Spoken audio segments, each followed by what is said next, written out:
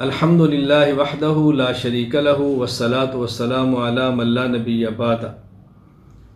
وہ شخص جو صاحب نصاب ہو، صاحب استطاعت ہو، ایسے شخص پر قربانی کرنا واجب ہے۔ اللہ تعالیٰ فرماتے ہیں قرآن کریم سورۃ الکوثر آیت نمبر 2، اعوذ باللہ من الشیطان الرجیم فصل لربک وانحر، اپنے رب کے لیے نماز پڑھیں اور قربانی کریں۔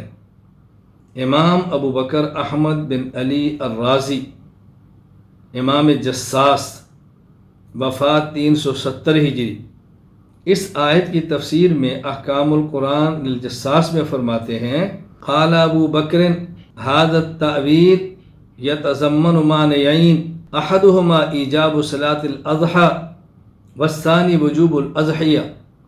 اس آیت سے دو باتیں ثابت ہوتی ہیں، نمبر 1 عید کی نماز کا واجب ہونا، اور نمبر 2 قربانی کا واجب ہونا۔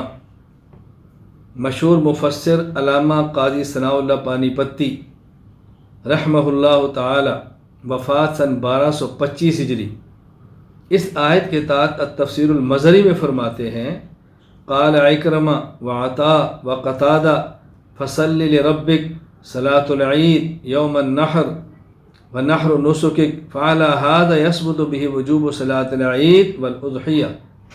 اس آیت سے عید کا اور قربانی کا واجب ہونا ثابت ہوتا ہے۔ اور حدیث پاک حضرت ابو ہریرہ رضی اللہ عنہ فرماتے ہیں رسول اکرم صلی اللہ علیہ وسلم نے فرمایا من کان لہ ساعۃ ولم یضحی فلا یقربن مصلانا، جو شخص صاحب نصاب ہو، صاحب استطاعت ہو، صاحب وسعت ہو، طاقت رکھتا ہو اور پھر بھی قربانی نہ کرے تو ایسا شخص ہماری عیدگاہ کے قریب بھی نہ آئے۔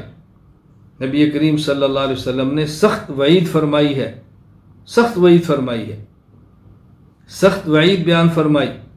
یہ حدیث سنن ابن ماجہ باب الاضاحی ہی واجبۃ ام لا، مسند احمد حدیث نمبر 8254، السنن الکبریٰ کتاب الضحایا میں موجود ہے۔ فخر الدین عثمان بن علی زیلعی رحمہ اللہ تعالی، وفات سن 743 ہجری، تبیین الحقائق شرح کنز الدقائق میں فرماتے ہیں ومثل ھذا الوعید لا یلحق بترک غیر الواجب۔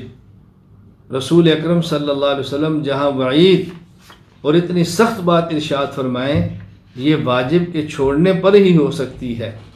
معلومہ قربانی کرنا صاحب نصاب پر واجب ہے۔ قربانی خوش دلی سے کریں، رغبت سے کریں، خندہ پیشانی سے کریں۔ اللہ تعالی ہم سب کو توفیق عطا فرمائے۔